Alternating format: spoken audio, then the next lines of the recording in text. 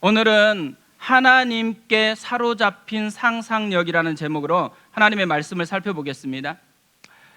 지난주에 설교를 듣는데 목사님이 유진 피터슨 목사님이 쓴 다윗 현실에 뿌리 박은 영성이라는 이 책에 나와 있는 글을 인용하시는 것입니다. 이런 내용이에요. 악에 의해 우리의 상상력이 지배당하고 우리의 사고방식이 좌우되며 우리의 반응이 결정되는 순간 우리는 선한 것과 참된 것과 아름다운 것을 볼 수 없게 된다. 전에 너무 재미있게 읽었었던 책이어서 다시 찾아서 읽어보았습니다. 이 말은 다윗과 골리앗의 싸움을 다루는 부분에서 인용된 말이었습니다. 유진 피터슨 목사님은 다윗과 골리앗이 만나는 전투 현장에 두 가지 상상력이 등장하고 있다고 합니다. 하나는 하나님께 사로잡힌 상상력, 또 하나는 골리앗에게 압도당한 타락한 상상력입니다. 다윗이 엘라 골짜기에 도착했을 때 사울 왕과 이스라엘 군대는 골리앗의 모습에 완전히 압도당해 있었습니다. 키가 적어도 2m 38cm 정도 되는 거인입니다.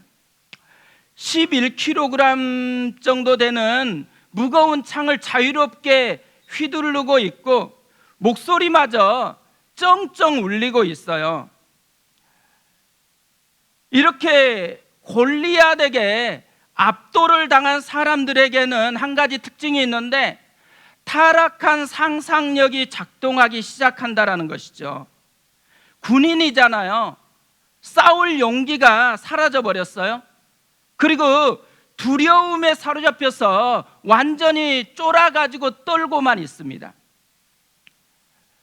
다윗이 싸우겠다고 나서자마자 격려하는 것이 아니라 보잘것없게 여겼습니다. 골리앗은 두려워하면서 정작 다윗은 멸시하고 있다라는 거죠. 왜 이렇게 되었을까요? 처음에 인용한 그 말씀 그대로 그들의 상상력이 타락하자 선한 것과 참된 것과 아름다운 것을 볼 수 없게 되었다는 거죠. 반면에 소년 다윗은 이 모습이 도무지 이해가 되지 않는 거예요. 그래서 자신이 직접 싸우겠다고 나섭니다. 왜 싸우겠다고 나설까요? 왜냐하면 다윗에게는 골리앗보다 비교할 수 없이 강하고 크신 하나님께 사로잡힌 상상력이 작동하고 있었기 때문이라는 거죠. 아무리 거인이라고 해도 하나님 앞에서는 게임이 되지 않는다라는 것을 알고 있기 때문이라는 거예요. 우리는 어떻게 살아가고 있을까요? 우리 속에는 어떤 상상력이 지금 작동하고 있을까요? 저는 이 책을 보면서요, 우리가 지금 하고 있는 전능자의 그늘 아래 40일 프로젝트는 어떻게 보면은 상상력을 바꾸는 시간이라는 생각이 들었습니다. 엉뚱하게 사로잡혀서 타락된 상상력이 작동하기 시작하면은 우리 속에 불안이 찾아오고 염려가 찾아와요. 이때 우리에게 필요한 게 뭐겠어요? 빨리 하나님께 사로잡힌 상상력으로 스위치를 온하는 거예요. 하나님께 사로잡힌 상상력이 작동하도록. 저는 이게 진짜 중요하다라는 생각이 들었어요. 그래서 오늘 말씀을 준비를 했습니다. 오늘 말씀에도 세 종류의 상상력이 등장을 합니다. 사울의 상상력, 다윗의 사람들의 상상력, 그리고 다윗의 상상력입니다. 먼저 사울을 보세요. 블레셋과 싸움 중에 있었어요. 어떤 사람에게 다윗이 엔게디 광야에 있다라는 말을 듣게 되어집니다. 그러자 3,000명의 군사를 뽑아가지고 직접 다윗을 죽이겠다고 찾아 나선 거예요. 다윗이 누굴까요? 사울 왕의 사위예요. 그뿐 아니라 블레셋이 가장 두려워하고 블레셋과 싸우기만 하면 승리를 보장해주는 보증수표 같았던 이스라엘의 가장 용사 중의 용사였습니다. 그런데 악에 의해서 타락한 상상력의 사울이 사로잡히니까 다윗의 이 가치가 전혀 보이지를 않는 것입니다. 그 가치를 누리지를 못하고 있는 거예요. 대신 사울이 누리는 부분이 어떤 것이에요? 시기와 질투.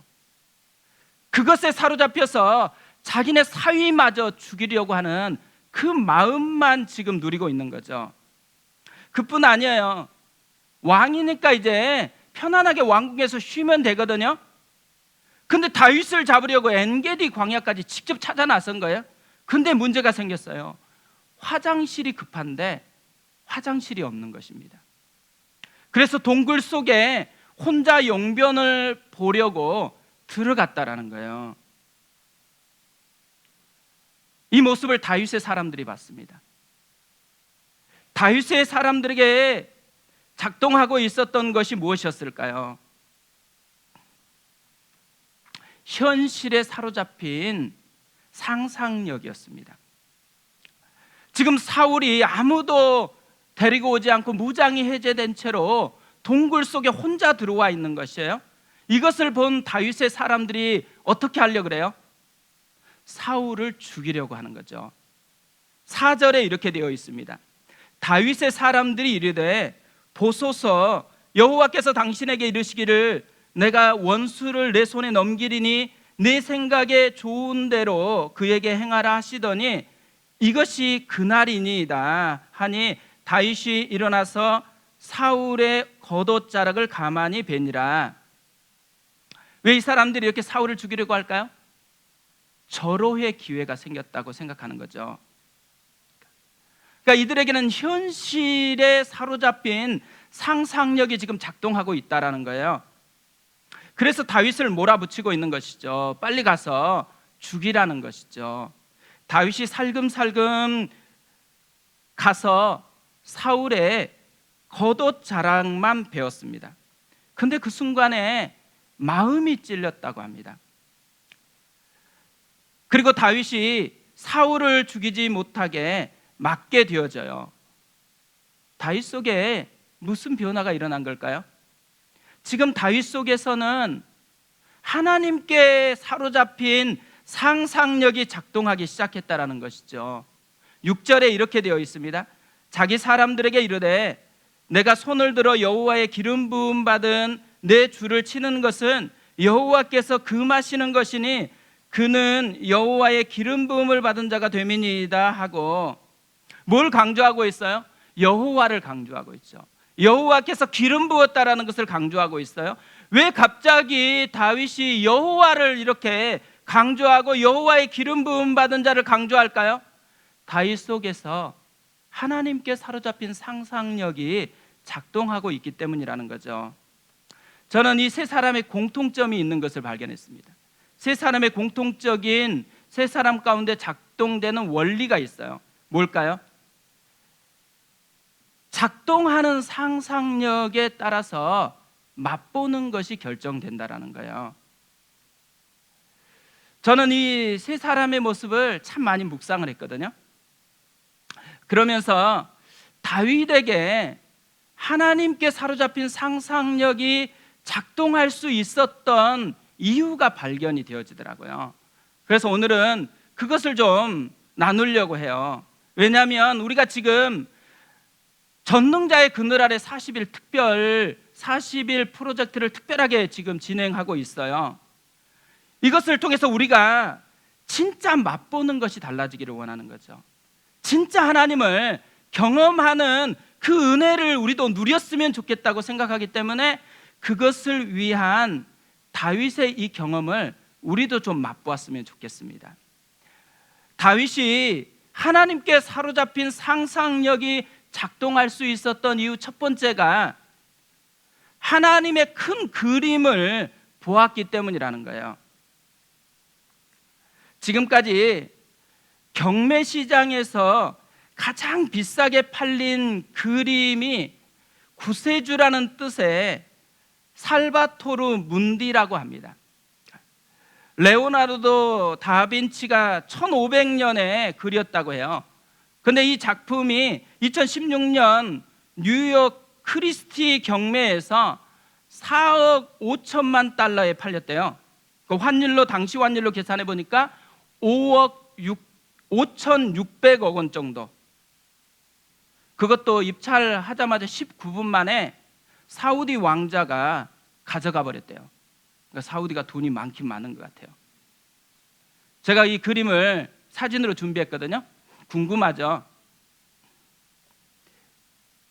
제가 빨간 이렇게 마크를 달았습니다.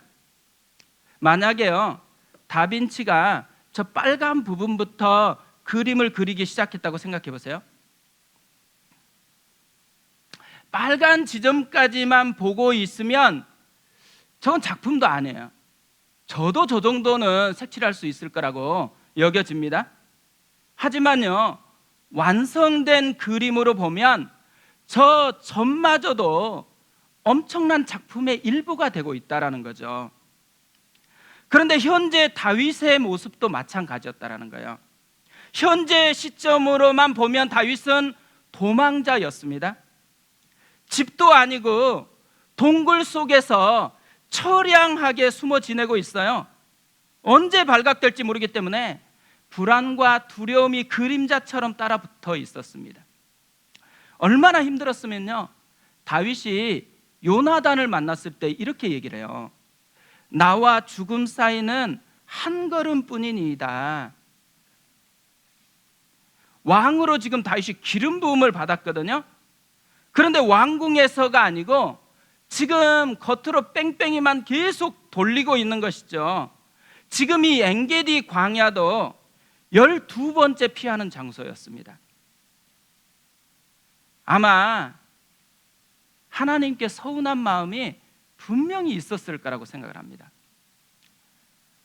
시편 57편은 다윗이 사울을 피하여 굴에 있었을 때에 지은 시라 그래요.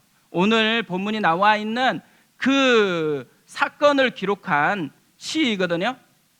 근데 이 시에서 다윗은 이 차갑고 어두운 동굴 안에 있으면서도요, 이 동굴을 완전히 새로운 곳으로 고백을 해요. 1절인데요 1절을 우리 다 같이 함께 읽어봤으면 좋겠습니다. 같이 읽습니다. 하나님이여 내게 은혜를 베푸소서, 내게 은혜를 베푸소서. 주의 날개 그늘 아래에서 이 재앙들이 지나가기까지 피하리이다. 동굴이라고 얘기하지 않잖아요. 주의 날개 아래 이렇게 얘기합니다. 다윗에게 무슨 일이 일어난 걸까요? 현실 세계에 가득 차 있었던 다윗의 눈이 하나님의 큰 그림을 보기 시작했다라는 거예요. 분명히 사울이 추적자였고 다윗은 도망자였습니다. 그런데 놀랍게도 한순간에 상황이 역전되게 만들어버린 거예요. 도망자인 다윗 앞에 추격자인 사울 왕이 무방비 상태로 놓여 있는 것입니다. 그래서 이 상황을 시편 57편 6절에서는 이렇게 노래해요. 그들이 내 걸음을 막으려고 그물을 준비하였으니 내 영혼이 억울하도다. 그들이 내 앞에 웅덩이를 팠으나 자기들이 그 중에 빠졌도다. 다윗이요, 이때 깨달은 거예요. 자신이 비록 어두운 동굴 속에 있지만 그 안이 하나님의 임재가 가득 찬 하나님의 보좌였다라는 것을, 하나님이 지금도 통치하고 있다라는 것, 하나님이 인생의 그림을 완성시키고 계시는 분이시고 결국 모든 인생은 하나님이 그리신 그림으로 완성되고 만다라는 것을, 이걸 깨닫고 나서 다윗은 7절부터는 이렇게 노래하기 시작해요. 하나님이여 내 마음이 확정되고 내 마음이 확정되어 싸우니 내가 노래하고 내가 찬송하리이다. 내 영광아 깰지어다. 피파야 수구마 깰지어다. 내가 새벽을 깨우리로다. 주여, 내가 만민 중에서 주께 감사하오며 문나라 중에서 주를 찬송하리이다. 무릇 주의 인자는 커서 하늘에 미치고 주의 진리는 궁창에 이르나이다. 하나님이여, 주는 하늘 위에 높이 들리시며 주의 영광이 온 세계 위에 높아지기를 원하나이다. 사실 현재 상황은 하나도 변한 게 없어요. 여전히 동굴 속에 있어요. 여전히 두려움이 있죠. 그런데 지금 다윗의 마음은 감사가 가득해요. 찬양으로 가득 차 있습니다. 왜 그래요? 하나님의 큰 그림으로 자신의 현재를 보고 있기 때문이라는 거예요. 지금 다윗 속에서 하나님께 사로잡힌 상상력이 작동하기 시작했다라는 것이죠. 하나님은 다윗만 이렇게 인도하시는 분이 아니십니다. 모세와 이스라엘 백성들도 이렇게 인도하셨어요. 신명기 32장 10절부터 보면 이것을 우리에게 잘 보여주고 있어요. 여호와께서 그를 황무지에서 짐승이 부르짖는 광야에서 만나시고 호위하시며 보호하시며 자기의 눈동자같이 지키셨도다. 그런데요, 놀랍게도 이렇게 하나님께서 인도하시는 모습을 다음 절에서 독수리 훈련이라고 소개를 하고 있어요. 11절에 이렇게 되어 있습니다. 마치 독수리가 자기의 보금자리를 어지럽게 하며 자기의 새끼 위에 너풀거리며 그의 날개를 펴서 새끼를 받으며 그의 날개 위에 그것을 엎는 것 같이. 이 말이 무슨 말이냐면 독수리가 새끼를 훈련시키는 방법에 대한 그림이에요. 좀 독특해요. 둥지를 마구 흔들어 가지고 새끼 독수리가 떨어지게 만드는 거예요. 그럼 이 새끼 독수리가 죽기 살기로 살아남기 위해서 발버둥을 치면서 날갯짓을 하잖아요. 땅에 떨어질 때쯤에 어미 독수리가 날개로 이 새끼를 받는 거예요. 그래서 다시 둥지에 올려놔요. 그러자 또 한숨 쉬고 있는데 또 막 둥지를 흔들어요. 그래서 또 떨어뜨리는 거예요. 그러니까 또 막 날갯짓을 하는 거예요. 그러면서 점점 날개에 힘이 생겨요. 그리고 금수의 제왕이 제왕다운 모습으로 변화가 되어진다는 거죠.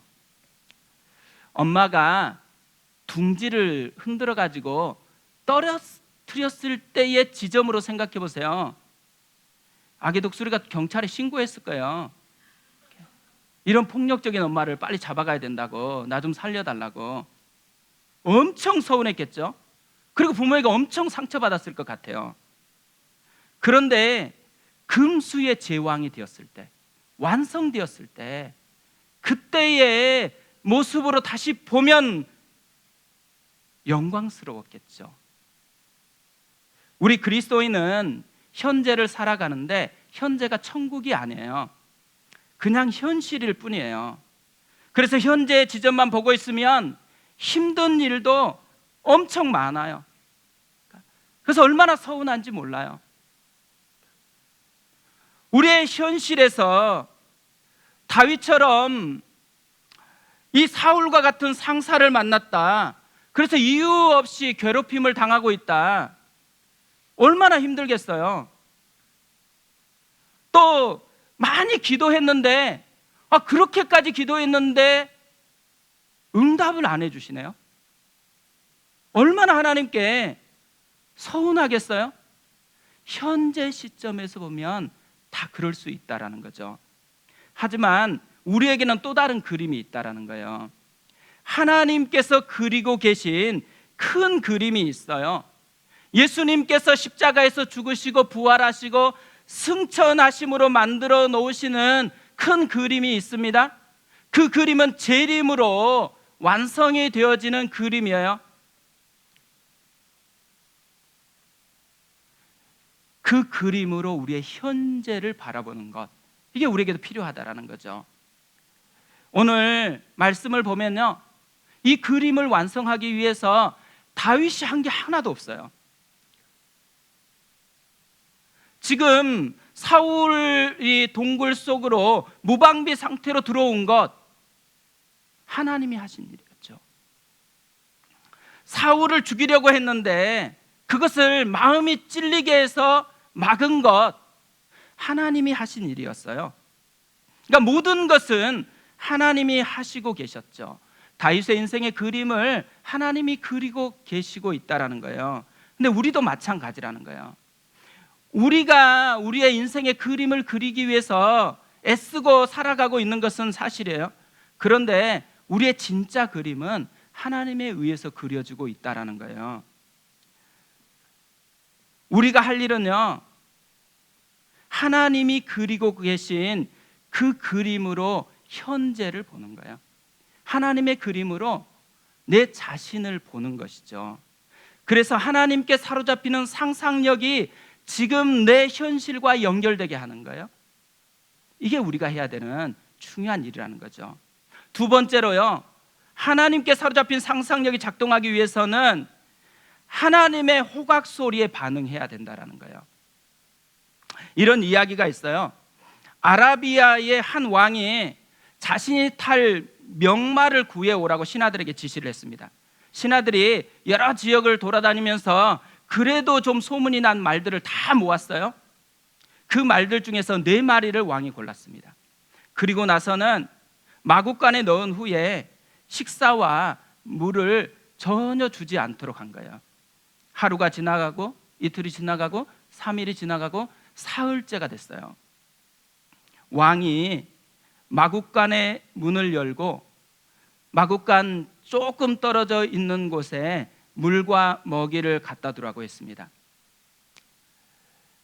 이 마구간 문이 열리자마자 말이 배가 고팠으니까 얼마나 쏜살같이 뛰어가요.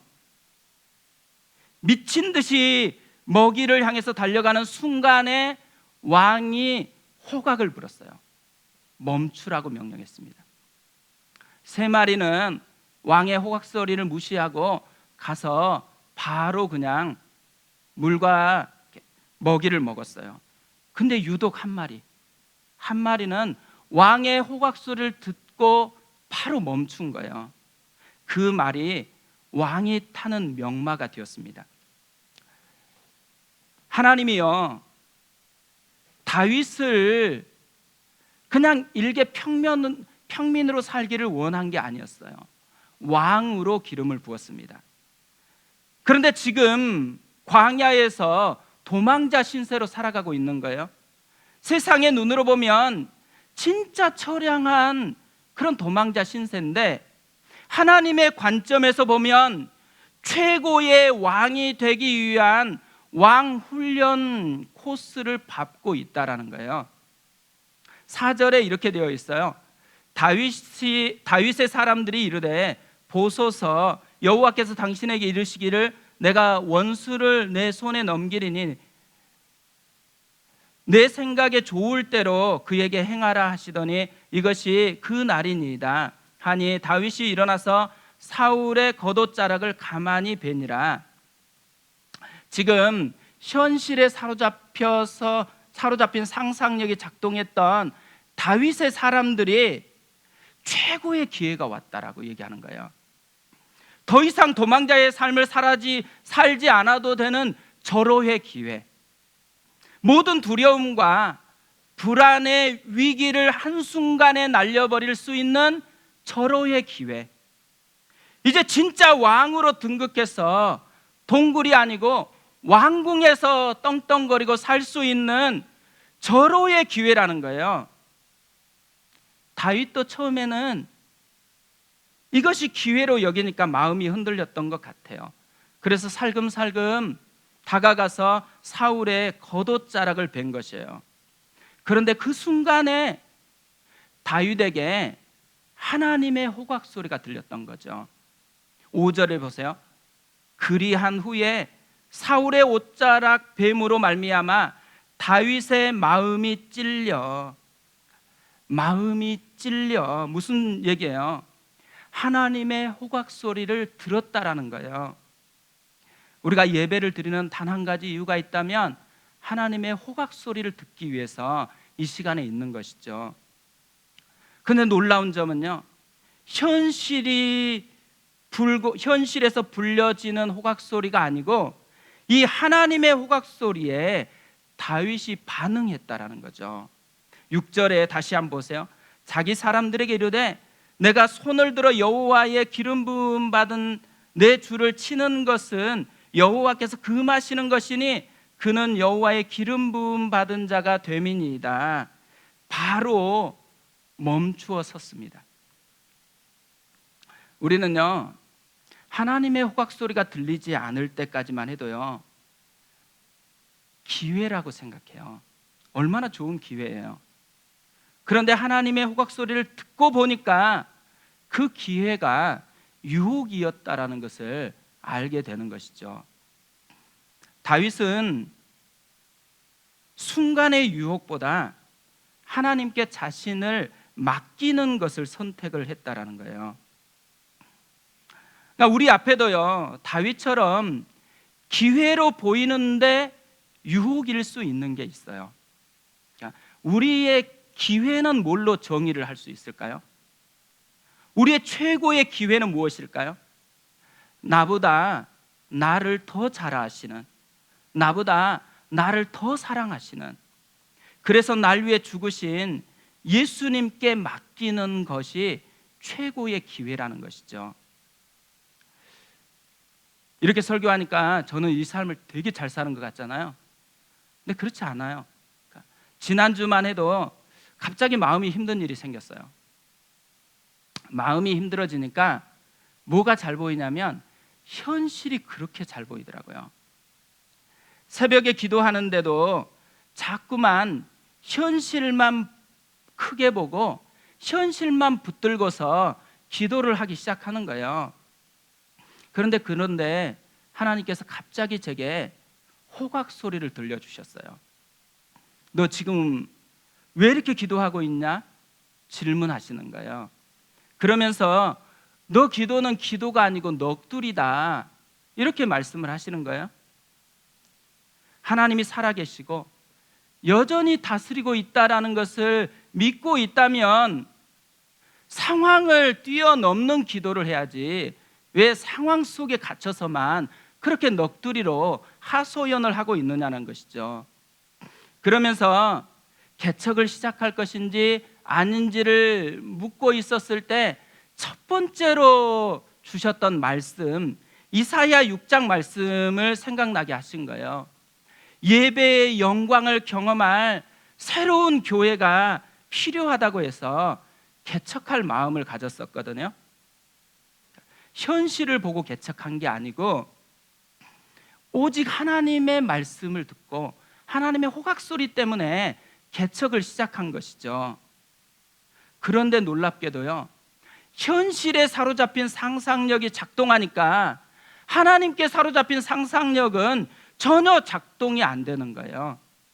그래서 다시 하나님의 호각 소리를 듣고서 현실에 사로잡힌 이 상상력을 오프시키고 하나님께 사로잡힌 상상력을 온시키는 이 일을 하게 됐습니다. 그리고 기도를 마치고 집으로 운전해서 가는데요, 차 안에서 또 한 번 하나님의 호각 소리가 들렸어요. 이 말씀이 제 마음속에 깊이 새겨졌습니다. 내 입을 크게 열라 내가 채우리라. 이 말씀이 생각나는 거예요. 그러면서 내 입을 크게 연다라는 게 뭘까에 대해서 계속해서 생각하기 시작했죠. 궁금해서 집에서 찾아봤어요. 시편 81편 10절 말씀이더라고요. 우리 같이 한번 읽어볼까요? 같이 읽습니다. 나는 너를 애굽 땅에서 인도하여 낸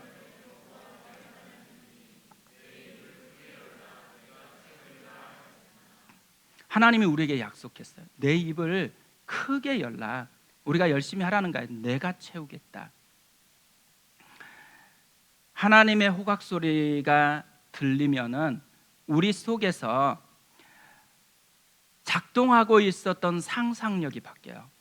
하나님께 사로잡히는 상상력이 작동하기 시작한다라는 것이죠.